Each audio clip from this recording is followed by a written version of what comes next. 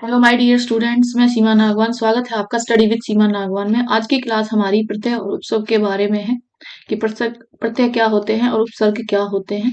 Detail में पढ़ाऊंगी MCQs के साथ, तो वीडियो में लास्ट तक बने रहें और सीखते रहें। किस विकल्प में मूल शब्द एवं प्रत्यय का विभाजन दोषपूर्ण है? जिसमें दोषपूर्ण विभाजन है वो आपको ढूंढना है, यानी गलत ढूंढना है।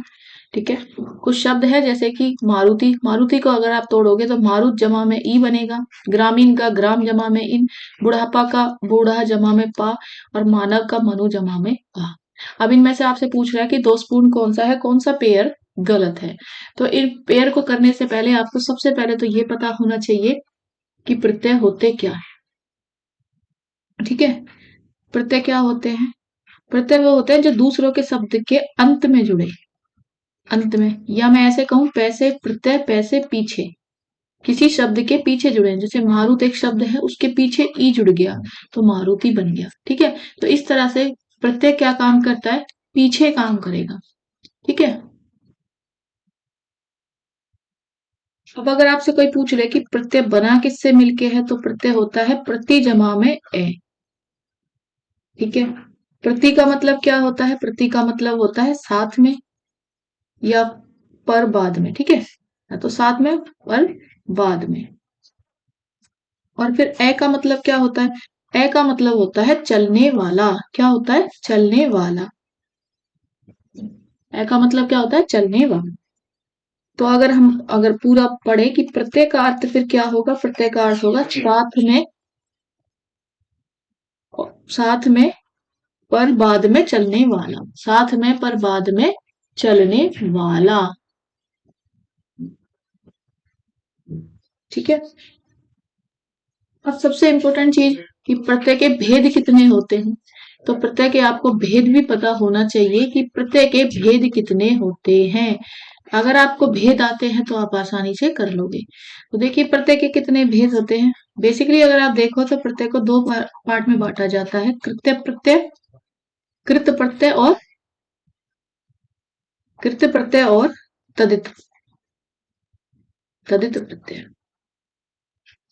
फिर प्रत्यय को भी दो पार्ट में बांट दिया जाता है। वो दो कौन कौन से होते हैं?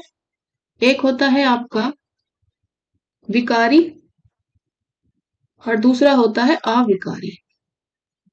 ठीक है। विकारी और अविकारी।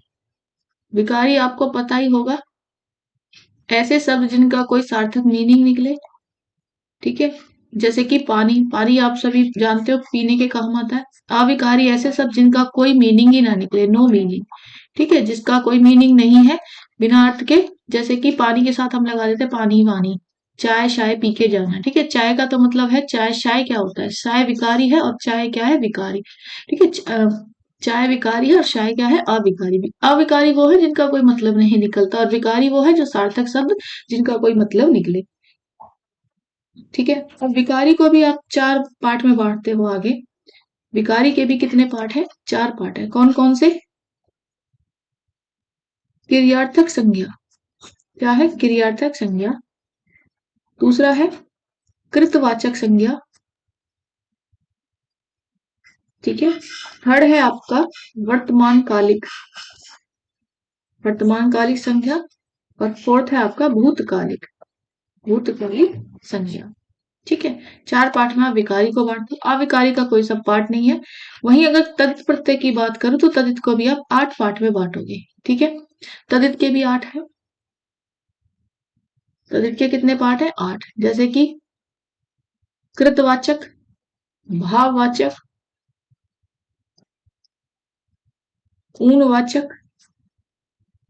संबंधवाचक, अप्रत्ययवाचक, गुणवाचक, स्थानवाचक और अवयववाचक। ठीक है। इस तरह प्रत्यय की अगर पूरी डिटेल की बात करें तो बहुत डीप में हो जाएगा। अब इन सब के बारे में हम हर क्वेश्चंस के बारे में जो भी डिटेल्स आएंगी मैं साथ ही साथ आपको एक्सप्लेन करती जाऊंगी। फिलहाल क्वेश्चन सॉल्व करते हैं। अब देखिए क्वेश्चन आपसे कि जमा में छोटी। ठीक है।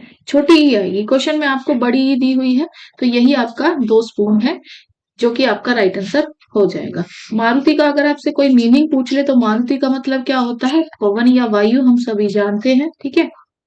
और प्रत्यय कौन से होते हैं मैंने बता दिया, पीछे लगने वाले को प्रत्यय कहते हैं। पीछे जब कुछ जोड़ देते हो तो उससे जो मेन अर्थ है वो बदल जाता है, ठीक है। अब अगर हम बात कर ले ग्रामीण की, तो ग्राम प्लस में इन बिल्कुल ठीक है। बुढ़ापा में बूढ़ा जमा में पा बिल्कुल ठीक है। और मनु का, मानव का मनु जमा में आ ठीक है। देखिए बूढ़ा अपने आप में एक शब्द है, अगर उसमें आपने पीछे पा लगा दिया यानी प्रत्यय जोड़ दिया तो शब्द ही बदल गया। अब ये क्या बन गया, बुढ़ापा, ठीक है।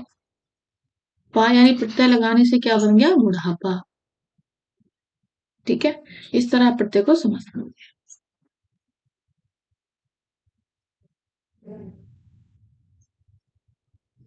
नेक्स्ट देखिए, नी प्रत्यय रहित शब्द वाला विकल्प कह रहा है कि आपको प्रत्यय रहित वाला शब्द ढूंढना है, यानी प्रत्यय आपको लगाना ही नहीं है।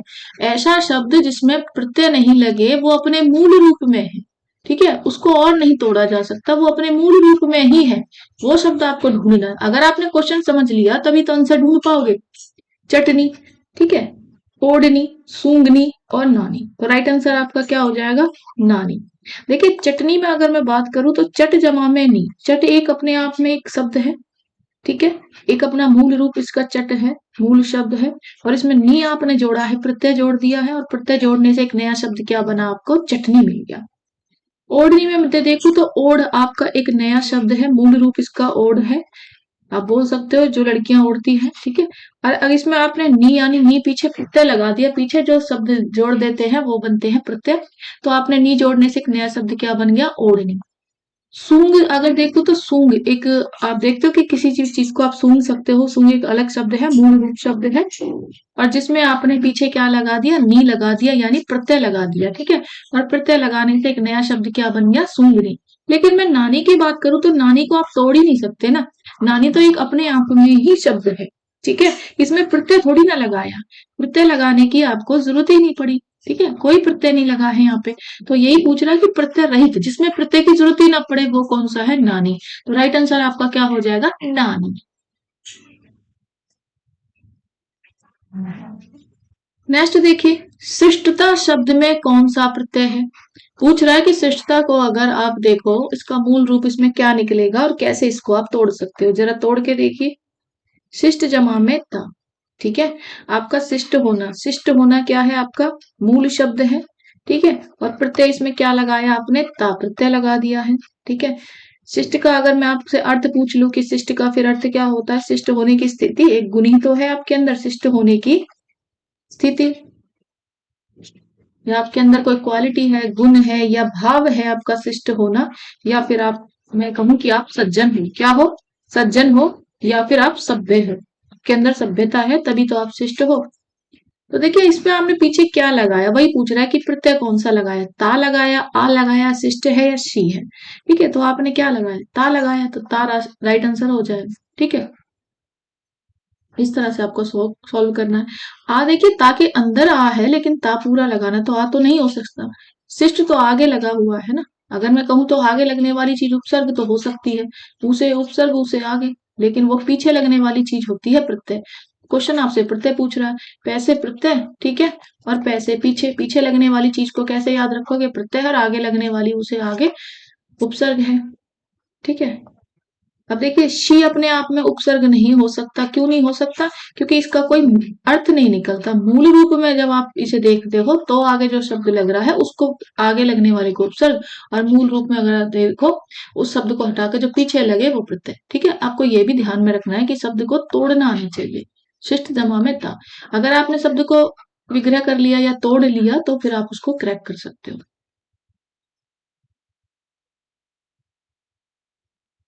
नेक्स्ट देखिए, सनसनाहट शब्द में कौन सा प्रत्यय प्रयुक्त है, ठीक है।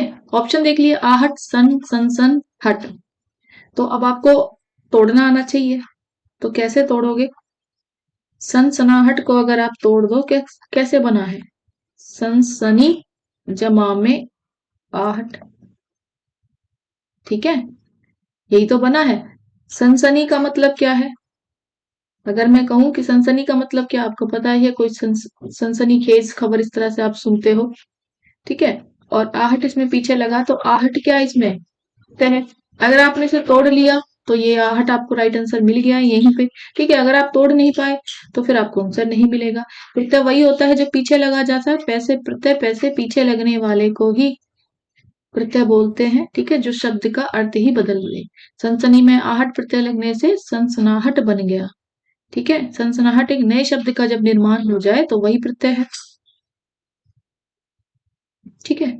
सन तो देखो आगे लगा हुआ, ये तो नहीं होगा। सन सन भी नहीं हो सकता और हट भी नहीं होगा, आहट होता है, ठीक है। तो इस तरह से आपको आने चाहिए। कुछ और भी प्रत्यय आप सीख सकते हो, जैसे अक। अक से क्या बनता है? अगर मैं कहूं कि लेख जमा में अक, तो क्या बन जाएगा? नया लेखक बन जाएगा, ठीक है।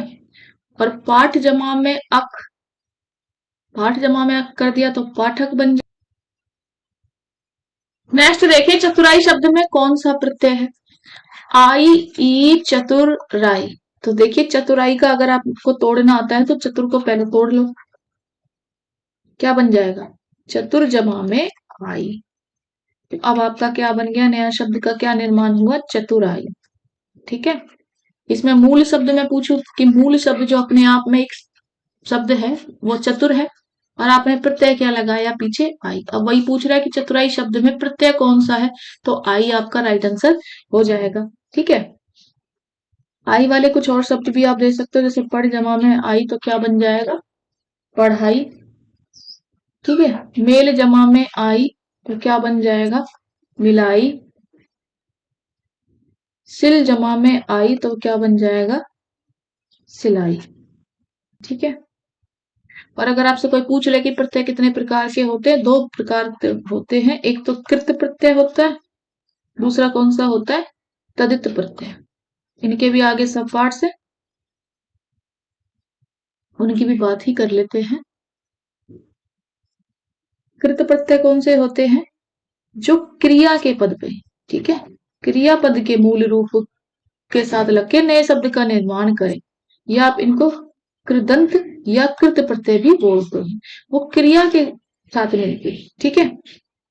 और तद की मैं अगर बात करूं तो ये क्रिया के अतिरिक्त, यानी क्रिया को छोड़ के ये किसके साथ लगेंगे? संज्ञा हो गया, सर्वनाम हो गया, ठीक है, विशेषण हो गया। इनके शब्द मिलके एक नए शब्द का निर्माण करेंगे, इनके साथ लग के, तो इन्हें तदित बोलते हैं। कैसे क्रिया, कैसे कृत, ठीक है। तदित में आपको क्रिया को छोड़ के संज्ञा, सर्वनाम, विशेषण के साथ लग के बने, ठीक है।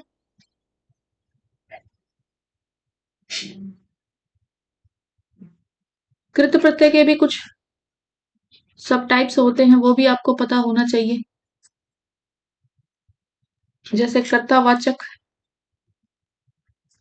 कर्ता के साथ लग जाए तो कर्तावाचक, कर्म के साथ लगे तो कर्मवाचक, ठीक है। करण होता है, कोई साधन के साथ लग जाए तो करणवाचक, और भाव या फीलिंग्स के साथ लग जाए तो भाववाचक, और क्रिया बोधक यानी क्रिया के साथ लग जाए तो क्रिया बोधक। एक, दो, तीन, चार, पांच, पांच आपको कृत के प्रत्यय के टाइप पता होना चाहिए। वहीं अगर तदित प्रत्यय की बात करूं तो तदित प्रत्यय के भी कुछ टाइप हैं, जैसे कर्तावाचक इसमें भी है। कर्तावाचक कर्ता के साथ लगे या भाव के साथ लगे तो भाववाचक, संबंध के साथ लगे जैसे मेरा तुम्हारा तो संबंधवाचक, ठीक है। अप्रत्ययवाचक, उनतावाचक और स्त्रीबोधक, ये सारे हम पढ़ेंगे जैसे जैसे मैं क्वेश्चंस आएंगे उनके साथ ही एक्सप्लेन कर दूंगी। नेक्स्ट देखिए, अरुणिमा शब्द में प्रत्यय है, ठीक है। आपको पता होना चाहिए कि अरुणिमा किससे बना है। इसमें निमा है, इमा है, रुणिमा है या माँ है। तो वही पुराना तरीका आपका कि इसको तोड़ लो पहले। तोड़ोगे तो क्या बनेगा? अरुण जमा में ईमा। क्या बनेगा? अरुण जमा में ईमा। तो अब आपको आसानी से आंसर मिल गया, ईमा, ठीक है। अगर आपको पता होना चाहिए कि अरुण का मतलब क्या है, अरुण एक मूल शब्द है, ठीक है। अरुण एक मूल शब्द है, और ईमा इसमें क्या है? प्रत्यय है, ठीक है। और प्रत्यय जब अंत में जुड़ जाए तो फिर वो नए शब्द का निर्माण करता है, जो बन गया अरुणिमा। ईमा से कुछ और भी शब्द बनते हैं अगर आपको आता हो, जैसे गरिमा, ठीक है, लघिमा, लालिमा, इस तरह के भी बनते हैं। वहीं अगर अक से भी मैं बात करूं तो आपको आने चाहिए कि जैसे लेखक बन जाता है, पाठक बन जाता है, कारक बन जाता है, इन सब में अक प्रत्यय होता है, ठीक है। और इया अगर प्रत्यय लग जाए कहीं तो कैसे कैसे शब्द बनेंगे, ऐसे बनेंगे, छलिया, ठीक है, छल में लगा दिया या, जड़ में लगा दिया जड़िया, बढ़िया, घटिया, इस तरह से। और अन से भी अगर देखें, अन प्रत्यय अगर किसी के पीछे लग जाए तो ऐसे शब्द बनते हैं, पालन, सहन, नयन, चरण, ठीक है। और आई वाले भी अगर देखो तो आई किसके पीछे लगता है, जैसे सबसे ज्यादा तो वही लड़ाई, ठीक है, सिलाई, पढ़ाई, ये सब आई वाले। और इत वाले अगर बात करें, इत किसके पीछे लगता है, जैसे पठित, पठित में इत है, ठीक है, पठित में इत है। और किसमें है, व्यथित में इत है, फलित में इत है, ठीक है। देखिए कुछ बच्चे यहाँ पे नीमा भी सोच सकते हैं, अरु जमा में नीमा, तो अरु तो अरुण पूरा आएगा ना, तो ये नहीं हो सकता, ठीक है, रुनिमा भी नहीं हो सकता, ठीक है। आ अगर आप हटा रहे हो, रुनिमा ऐसे कोई नहीं निकलेगा, माँ भी नहीं हो सकता। कंफ्यूज आप दो में हो गए, ईमा और माँ में, ठीक है। तो ये आपको अगर आता है तोड़ना तो अरुणिमा कर दोगे। तुम्हारा घर बहुत सुंदर है, वाक्य के रेखांकित पद में किस कारक का प्रत्यय है। देखिए यहाँ ये जो तुम्हारा है ना, इसके नीचे ये रेखांकित शब्द है। अब इसमें पूछ रहा है कि वाक्य के रेखांकित पद में किस कारक का प्रत्यय है, यानी प्रत्यय भी पूछ रहा है और वो भी पूछ रहा है कि किस कारक का, ठीक है। तो ऑप्शन है आपके पास, कर्ता कारक, संबोधन कारक, अधिकरण कारक या संबंध कारक। तो देखिए तुम्हारा घर, ठीक है, घर तो बहुत सुंदर है, लेकिन किसका, तुम्हारा, तुम्हारा किससे रिलेट है, संबंध कारक से, ठीक है, किससे, संबंध कारक। अब कोई आपसे पूछ ले कि संज्ञा संबंध कारक होता क्या है? संज्ञा हो या सर्वनाम के जिस रूप में एक वस्तु से दूसरी वस्तु जानी जाए, ठीक है। अब ये जो घर है, ये घर किससे जाना जा रहा है, घर किसका है, तुम्हारा घर है, ठीक है। तो ये संबंध जोड़ रहा है, तो ये संबंध कारक है। अब कारक के कोई अगर आपसे भेद पूछ ले, कारक के भेद कितने होता है, तो बचपन से पढ़ते आ रहे, कर्ता, कर्म, करण, ठीक है, संप्रदान, अपादान, संबंध, अधिकरण और संबोधन। कर्ता ने आपको दिख जाए तो कर्ता ने, ठीक है, कर्म को दिख जाए तो कर्म है। करण में क्या देखते हो, से या द्वारा, ठीक है, से या द्वारा। संप्रदान, संप्रदान में क्या है, को भी आ सकता है, के लिए भी आ सकता है, को, के लिए। और अपादान में क्या होता है, अपादान में अलग करने के लिए, ठीक है, तो अलग होने के अर्थ से कोई चीज है तो। वहीं अगर संबंध की बात करें तो किसी के संबंध का कैसे बताओगे, का, की, के, ठीक है, रा, री, रे। अधिकरण की बात करें तो अधिकरण में मैं या पर। और संबोधन में तो हे, अरे, ए, ओ, ठीक है, सब में एक्सक्लेमेटरी साइन है कि आप किसी को बोल रहे हो, संबोध कर रहे हो, ठीक है। तो मैंने सारे लिख दिए हैं। कर्ता कारक वो है जिसमें कर्ता की बात हो, सब्जेक्ट की बात हो, जो काम कर रहा है, ठीक है। संबोधन में आप किसी को पुकार रहे हो, हे राम, इस तरह से। और अधिकरण में कोई सोर्स बता रहे हो, साधन बता रहे हो, से या द्वारा। जैसे मैं बात करूं, मैंने पेन से लिखा, कलम से लिखा, ठीक है, तो लिखा आपने किससे, कलम से लिखा है, ठीक है, पेन से लिखा, तो ये कौन सा है, अधिकरण। संबोधन हे राम वाला बता दिया। करता भी जैसे राम पढ़ता है, राम क्या कर रहा है, पढ़ता है, उसका काम है पढ़ना, ठीक। संबंध में इस तरह से भी कि राहुल की मेज, राहुल की पुस्तक या किताब मेज पर पड़ी है, मेज पर पड़ी है। अरे तो पुस्तक तो मेज पर पड़ी है, लेकिन किसकी पुस्तक है, वो राहुल से कनेक्टेड, तो की आ गया। और दूसरा वो संबंध राहुल से, तो संबंध कारक ऐसे भी याद रख सकते हो।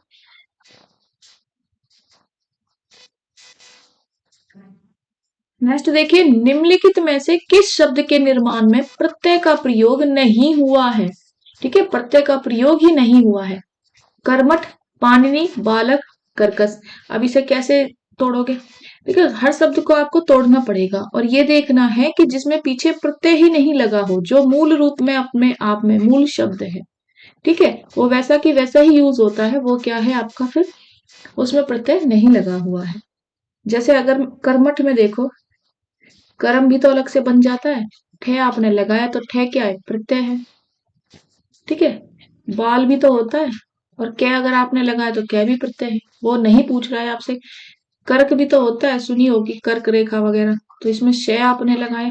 पाणिनि अपने आप में मूल उपशब्द है। ठीक है, इसमें कोई प्रत्यय नहीं लगा है, तो पाणिनि आपका राइट आंसर हो जाए। निम्नलिखित प्रश्न में 4 विकल्पों में से उस विकल्प का चयन करें जो प्रत्यय से बना है। ठीक है, जो प्रत्यय से बना है। ऑप्शन क्या है, बहता, अत्यंत, विराट, अज्ञान।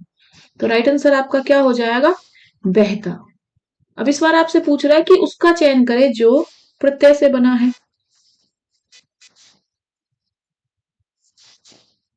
बहता कैसे बना होगा, बहता में क्या है, बह, बह में ता प्रत्यय लगा है।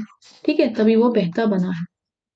और अगर अत्यंत की बात करूं, अत्यंत की, तो अत्यंत किससे बना है, अति जमा में अंत। विराट का वी जमा में राट, और अज्ञान का ए जमा में ज्ञान। सारे शब्द अगर आपको दिख रहे हैं अत्यंत में अति। ठीक है, अंत का मतलब होता है, ठीक है, अंत यहाँ पे मूल शब्द है, और मूल शब्द के आगे जो लगे उसे क्या कहते हैं, उपसर्ग कहते हैं। ऊ से उपसर्ग और ऊ से आगे जो लगे। ठीक है, तो यहाँ अति आगे लगाया तो इसका मतलब ये तो प्रत्यय नहीं हुआ, ये तो उपसर्ग हुआ। विराट, राट एक मूल शब्द है। ठीक है, और इस मूल शब्द के आगे आपने वी लगाया है, तो वी भी आगे लगाया है, ये भी उपसर्ग है। उपसर्ग है तो ये भी प्रत्यय नहीं है, इसलिए ये भी आंसर नहीं हो सकता। वहीं देखिए अज्ञान, अज्ञान, ज्ञान आपको पता ही है मूल शब्द है। ठीक है, वहां आपने आगे आ लगाया है, जो कि आगे लगाने से क्या आता है, आगे लगते हैं वो सारे उपसर्ग कहलाते हैं। ठीक है, उपसर्ग है तो फिर ये भी प्रत्यय नहीं होगा, और ये भी प्रत्यय नहीं है तो ये भी आंसर नहीं होगा। राइट आंसर क्या होगा, बहता ही होगा।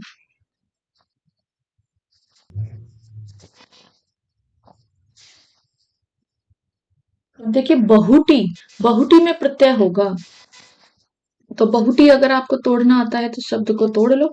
बहु जमा में टी बन गया बहुटी। ठीक है, अब देखिए टी क्या है, आपको समझ में आ रहा बहु क्या होता है, एक मूल शब्द है। मूल शब्द है बहु। ठीक है, टी आपने इसमें क्या लगाया होगा, टी आपने प्रत्यय लगाया होगा।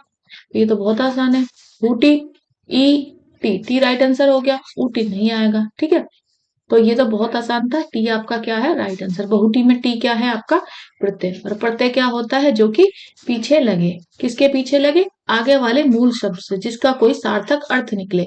बहु सभी आप जानते हो कौन होती है, ठीक है, घर की बहू। तो ये एक अपने आप में सार्थक अर्थ वाला शब्द है।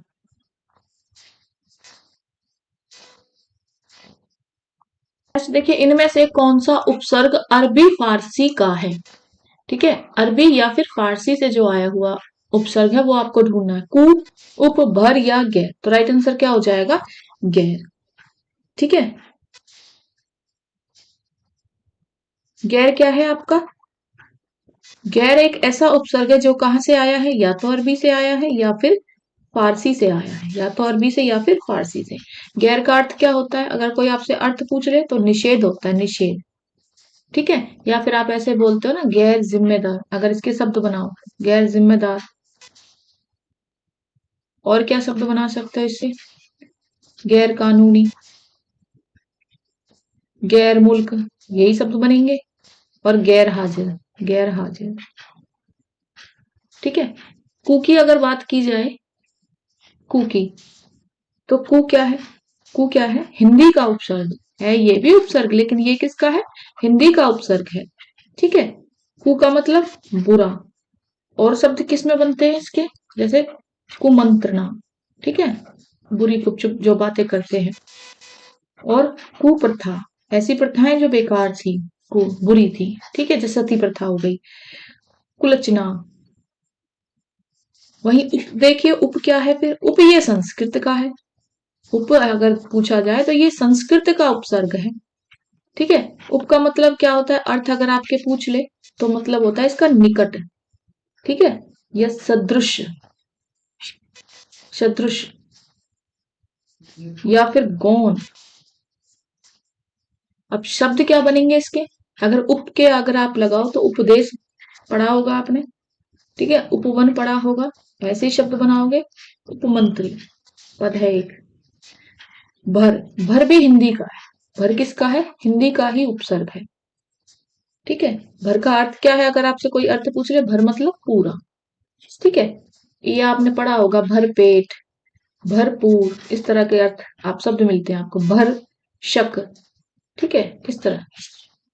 तो आपको ये भी पता होना चाहिए कि उपसर्ग है वो कौन से कहाँ कहाँ के होते हैं। देखिए, उपसर्ग तो आपको पता ही है। उपसर्ग क्या होते हैं? उपसर्ग जो आगे लगे, ठीक है, उसका मूल रूप बदल दे। अब अगर अरबी फारसी की बात हो रही है तो उपसर्ग के भी आपको टाइप पता होना चाहिए कि कहाँ कहाँ से लिए हुए हैं। तो 4 प्रकार के होते हैं ये। ठीक है, कितने प्रकार के? 4। कहाँ कहाँ से लिए हैं आपने? हिंदी से लिए हैं। ठीक है, तो हिंदी के उपसर्ग होते हैं। दूसरा, आपने ये कहाँ कहाँ से लिए? संस्कृत से लिए हैं, तो संस्कृत के उपसर्ग होते हैं, संस्कृत के। ठीक है, कुछ आपके उर्दू के होते हैं। उर्दू में फिर आपका यही आ जाएगा, फारसी, अरबी। ठीक है, और नंबर 4 आपका कौन सा है? अंग्रेजी के भी होते हैं, अंग्रेजी के भी, अंग्रेजी के भी उपसर्ग होते हैं। वो आपसे पूछ ले कि हिंदी के उपसर्ग जो होते हैं वो कौन कौन से होते हैं, कैसे पहचानोगे? अन, अध, उन, ओ, कु। ये थोड़े से मैं एग्जांपल दे रही हूँ, इस तरह से आप पहचान सकते हो। आप, सम, ठीक है। संस्कृत, संस्कृत के कौन से होते हैं? इस तरह के, प्रा, या ये वाला प्रा, अप, सम हलंत वाला, ठीक है, अनु, अव, निश, अपि, अति, ठीक है, सु, इस तरह के। उर्दू और फारसी वाले जैसे ला, बद, बे, कम, ठीक है। और कौन सा होगा? गैर, यहाँ गैर ही पूछा था आपसे। ना, खुश, ठीक है, यहाँ गैर ही तो पूछा था आपसे। ना, खुश, इस तरह के। और अंग्रेजी के कौन से होते हैं फिर? अगर बा, हाफ, ठीक है, हाफ, को, हेड, या वाइस, इस तरह के आपको मिल जाएंगे।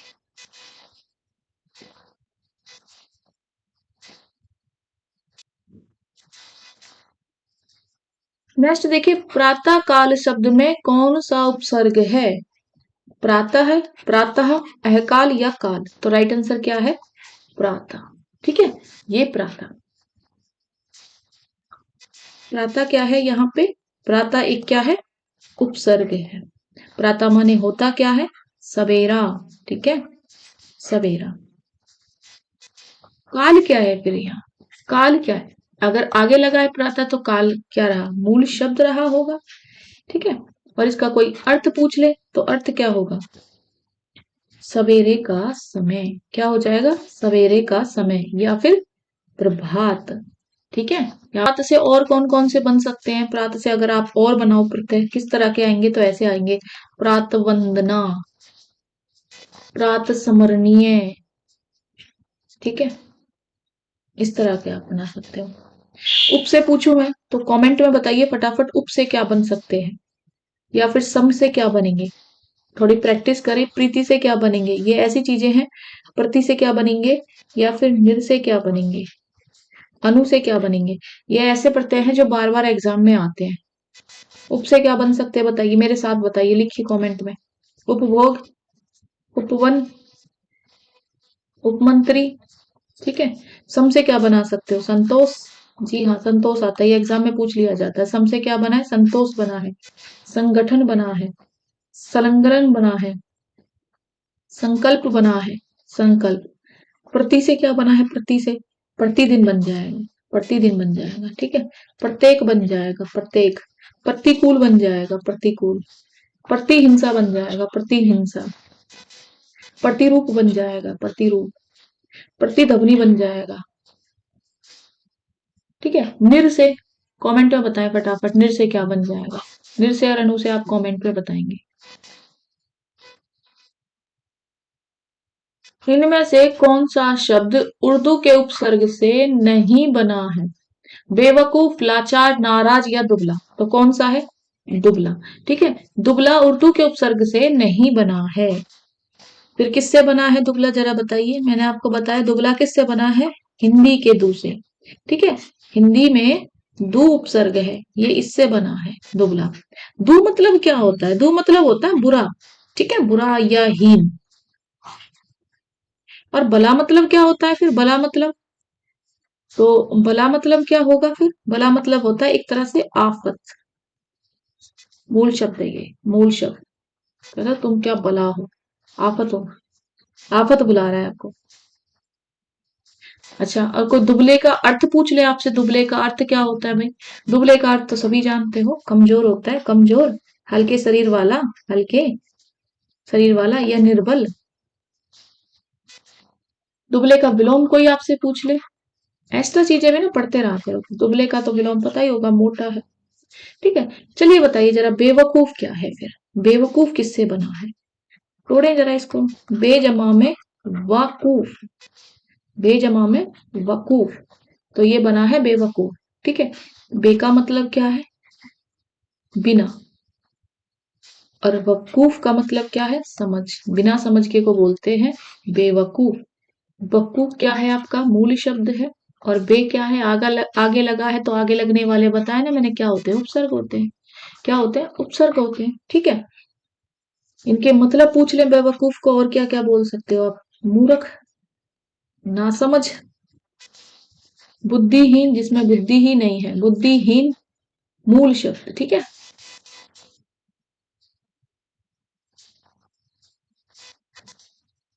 बुद्धिहीन, निर्बुद्धि, और क्या बोल सकते हैं, निर्बुद्धि।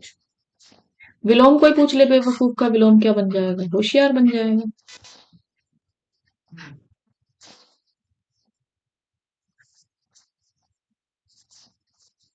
ठीक है, चलिए लाचार को तोड़ते हैं। लाचार, लाचार कैसे बनेगा, ला जमा में चार। ला का मतलब क्या है, बिना। ठीक है, और चार का मतलब क्या है फिर यहाँ पे, चार एक मूल शब्द है। ठीक है, अर्थ क्या बन गया लाचार का, जिसके पास कोई चारा ना हो, जिसके पास कोई चारा ना हो,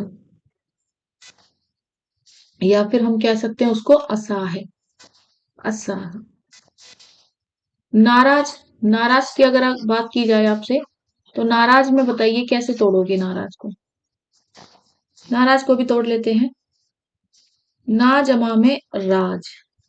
ना का मतलब क्या है, अभाव, किसी चीज का ना होना। ठीक है, ये ना उपसर्ग है, और राज आपका क्या है, मूल शब्द है, मूल शब्द। नाराज का अर्थ क्या निकल सकता है, क्या क्या सोच सकते हो नाराज को आप, क्या बोलोगे। आप प्रसन्न है कोई, आप प्रसन्न है कोई। ठीक है, या फिर रुष्ट है कोई, ना खुश है कोई, या फिर खफा है कोई। ठीक है, खफा। विलोम शब्द क्या होगा नाराज का, अगर कोई विलोम पूछ ले आपसे कोई नाराज का, आप खुश भी बता सकते हैं कि वो खुश है। ठीक है, इस तरह से आपको पढ़ना है। अगर मैं आपको उर्दू के बारे में बात करूं, कुछ उर्दू के उपसर्ग। ठीक है, अगर ये तो था उपसर्ग जो उर्दू से नहीं बना, अगर मैं पूछ रही हूँ कि उर्दू से फिर कौन कौन से बने हैं, तो देखिए ये भी पेपर में आ सकते हैं। उर्दू का कौन कौन सा है, बे हो गया, ला, ना, बद, कम, और खुश, ये सारे आपके उर्दू के हैं। उर्दू मतलब जो फारसी है या फिर अरबी से आए थे। ठीक है, फारसी से या अरबी से। अब बे से क्या बन सकता है, ला से क्या बनाओगे आप, देखो बे से क्या बना सकते हो उपसर्ग, बेकाम।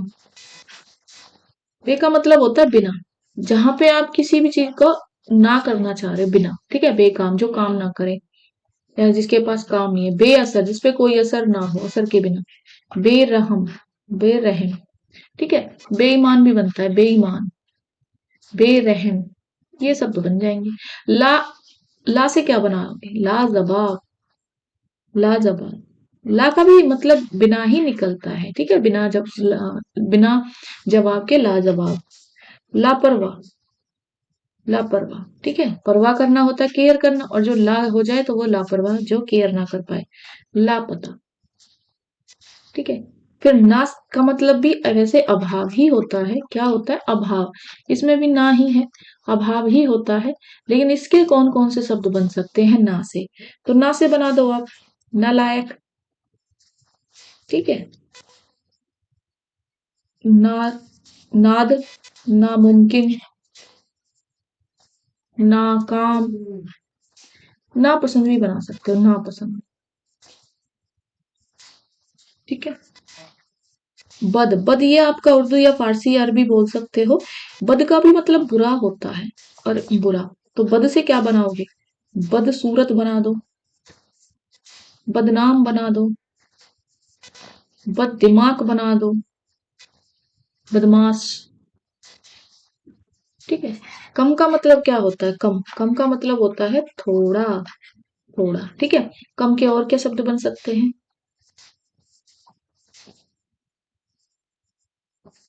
हीन, कम सिंह, काम ख्याल, कमजोर, कम दिमाग, कम जात, इत्यादि। ठीक है, खुश, खुश का मतलब होता है श्रेष्ठता, श्रेष्ठता। और खुश से क्या बन सकते हैं? खुशनुमा, खुशगवार, खुश मिजाज। देखिए, मैं ये ऐसी तो चीजें इसलिए बता रही हूँ क्योंकि जितने भी प्रीवियस ईयर के क्वेश्चंस देखे उनमें ये सारे शब्द मिलते हैं। अगर ये आप कोशिश करो कि ज्यादा से ज्यादा चीजें पढ़ लो तो सारे एग्जाम क्लियर कर सकते हो। खुशबू, खुश दिल, खुशहाल। ठीक है, ये सारे किसके हैं? उर्दू के हैं।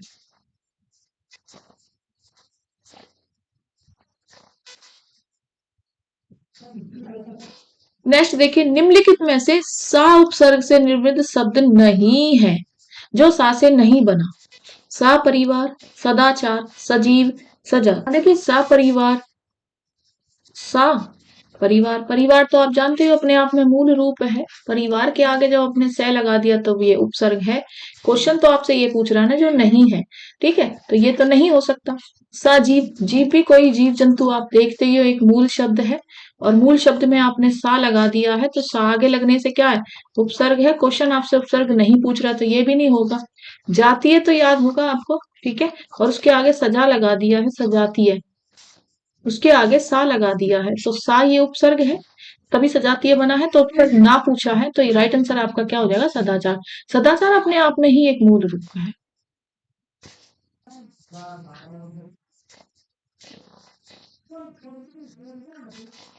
वी उपसर्ग से बना शब्द निम्न में से कौन सा है?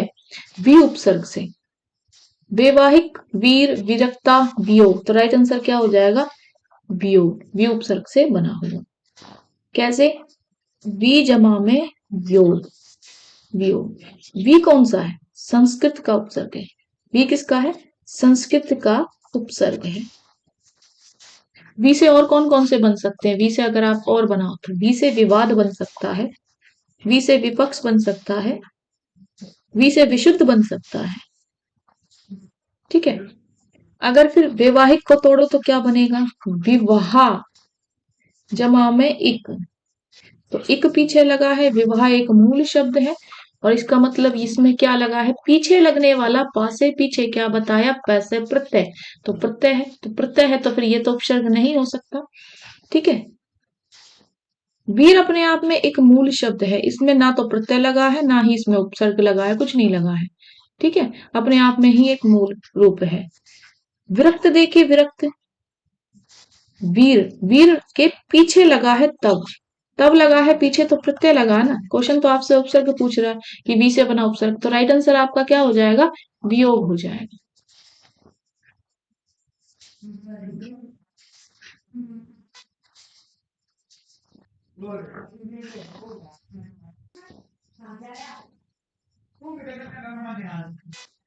निम्न में से कौन सा विकल्प उपसर्ग नहीं है? उपसर्ग जो नहीं है, ऊन, अन, अव, उन। तो देखिए, ऊन, ऊन क्या है? ऊन कोई उपसर्ग नहीं है। ठीक है, ऊन कोई भी उपसर्ग नहीं है। ऊन शब्द हो सब क्या सकता है? ये प्रत्यय है। ठीक है। प्रत्यय मतलब जो किसी शब्द के पीछे लगे, पास से प्रत्यय पास के पीछे, ठीक है, पीछे लगे तो वो फिर नया रूप बना ले। तो ऊन क्या है? ऊन एक प्रत्यय है, ठीक है। अन, अन एक उपसर्ग है, उपसर्ग है, ठीक है। अन का मतलब अन से कैसे बनाओगे? जैसे कि अनदेखा, ठीक है। अब भी क्या है? उपसर्ग है, आगे लगा हुआ है, उपसर्ग है। अवतार बना दो, ठीक है। उन भी देखो, उन से भी बना सकते हो, 29, ये भी उपसर्ग है, ठीक है। उपसर्ग ये आगे लगता है। अच्छा, कोई आपसे ये पूछ ले कि उपसर्ग का अर्थ बताएं। कोई आपसे ये पूछ ले कि उपसर्ग क्या है? उप जमा में सर्ग। उप का मतलब क्या होता है? समीप। और सर्ग का मतलब क्या होता है? सर्ग का मतलब सृष्टि करना, सृष्टि करना, ठीक है। इसका अर्थ क्या हुआ? किसी शब्द के,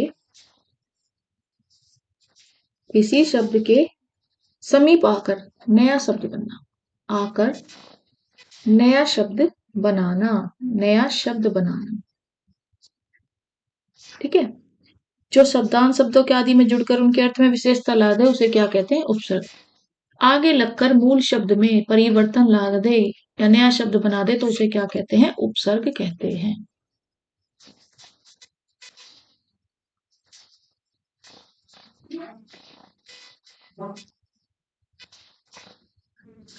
निम्नलिखित में से किस शब्द के निर्माण में उपसर्ग का प्रयोग नहीं हुआ है? हमदर्दी, सरकारी, खुशबू या बदनाम। तो किस में नहीं हुआ है? सरकारी में किसी भी उपसर्ग का प्रयोग नहीं हुआ है, ठीक है। तो फिर है क्या ये सरकार? सरकार तो आप जानते ही हो, जो देश चला रही है, ठीक है। सरकार जमा में ई। अब ई लगा है तो कहाँ लगा? देखो, सरकार के पीछे लगा ना, और पीछे लगा है तो ये क्या? भाई ये पीछे लगने वाला प्रत्यय हुआ, और प्रत्यय हुआ तो ये क्या कह रहा है? कि उपसर्ग का प्रयोग नहीं हुआ, तो ये उपसर्ग है ही नहीं। और यही तो आपका राइट आंसर है कि ये उपसर्ग नहीं है। क्यों? क्योंकि उपसर्ग तो आगे लगता है, ठीक है। उपसर्ग कहाँ लगेगा? उपसर्ग तो आगे लगेगा। जैसे हमदर्दी में क्या लगा हुआ है? हम जमा में दर्दी, ठीक है। तो हम क्या है? उपसर्ग लगा हुआ है, ठीक है। तो ये तो उपसर्ग है, वहां क्वेश्चन नहीं पूछ रहा है, ठीक है, इसलिए ये नहीं हो सकता। खुशबू, खुशबू का जरा बताइए। खुश जमा में बू, बू क्या है?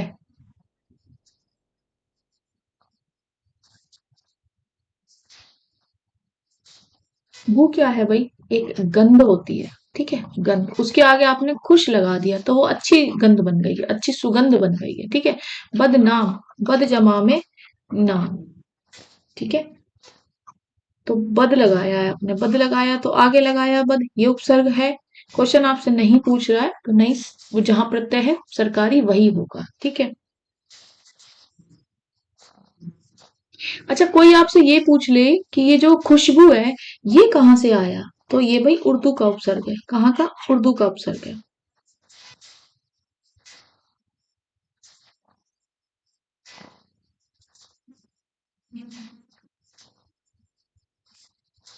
निम्नलिखित में से उपसर्ग रहित शब्द बताइए जिसमें उपसर्ग नहीं है। फिर से आपको उपसर्ग नहीं वाला ढूंढना है, ठीक है। देखिए, सुयोग, विदेश, अत्यधिक, सुरेश। तो क्या है इसमें? सुरेश, ठीक है। सुरेश उपसर्ग रहित है। क्यों? क्योंकि देखिए, सुर जमा में इश, तो इसमें सुरेश बन गया, ठीक है। इसमें कोई भी उपसर्ग का प्रयोग नहीं हुआ है, ठीक है।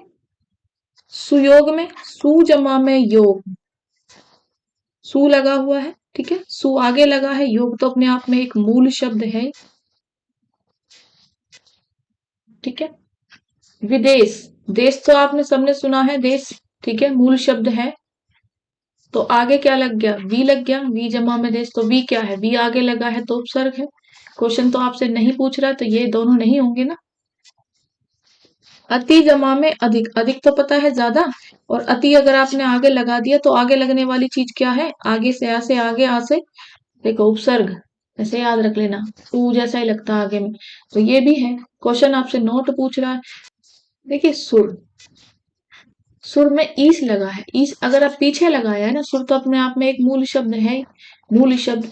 और जो पीछे लगे उसे क्या कहते हैं, उसे प्रत्यय कहते हैं, प्रत्यय। ठीक है, तो ये तो उपसर्ग नहीं है, यही आपसे राइट आंसर पूछ रहा है।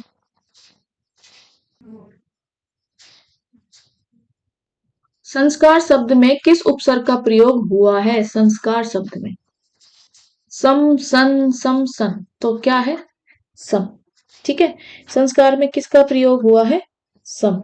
तो सम किसका है वैसे अगर आपसे पूछ लिया जाए, तो ये संस्कृत का उपसर्ग है भाई। किसका? संस्कृत का उपसर्ग है। सम का अर्थ क्या होता है? उत्तम। क्या होता है? उत्तम, सात एवं पूर्ण। ठीक है, बाकी ये सन सम संस ये सब गलत है, बस संस्कार में अगर आप देखो तो सम लगा हुआ है उपसर्ग, बस यही आपसे क्वेश्चन पूछ रहा है।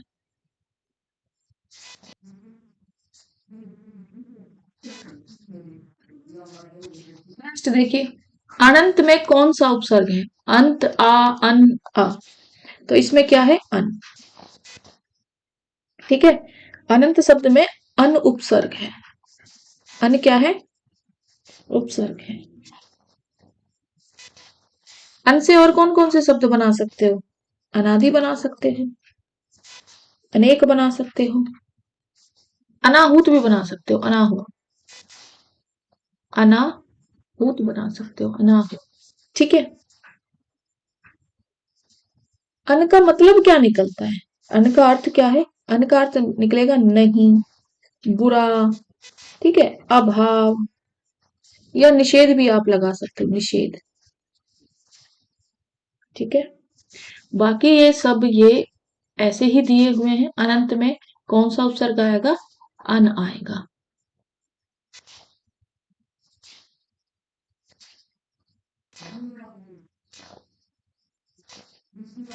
वीडियो अगर आपको अच्छी लग रही है तो लाइक करें, जिस भी ग्रुप से आप जुड़े हैं वहां शेयर कर दें, सब्सक्राइब करें चैनल को, जैसे ही मैं नई वीडियो डालूं आपके पास नोटिफिकेशन पहुंच जाए।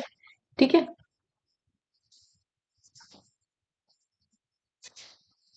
Thank you for watching.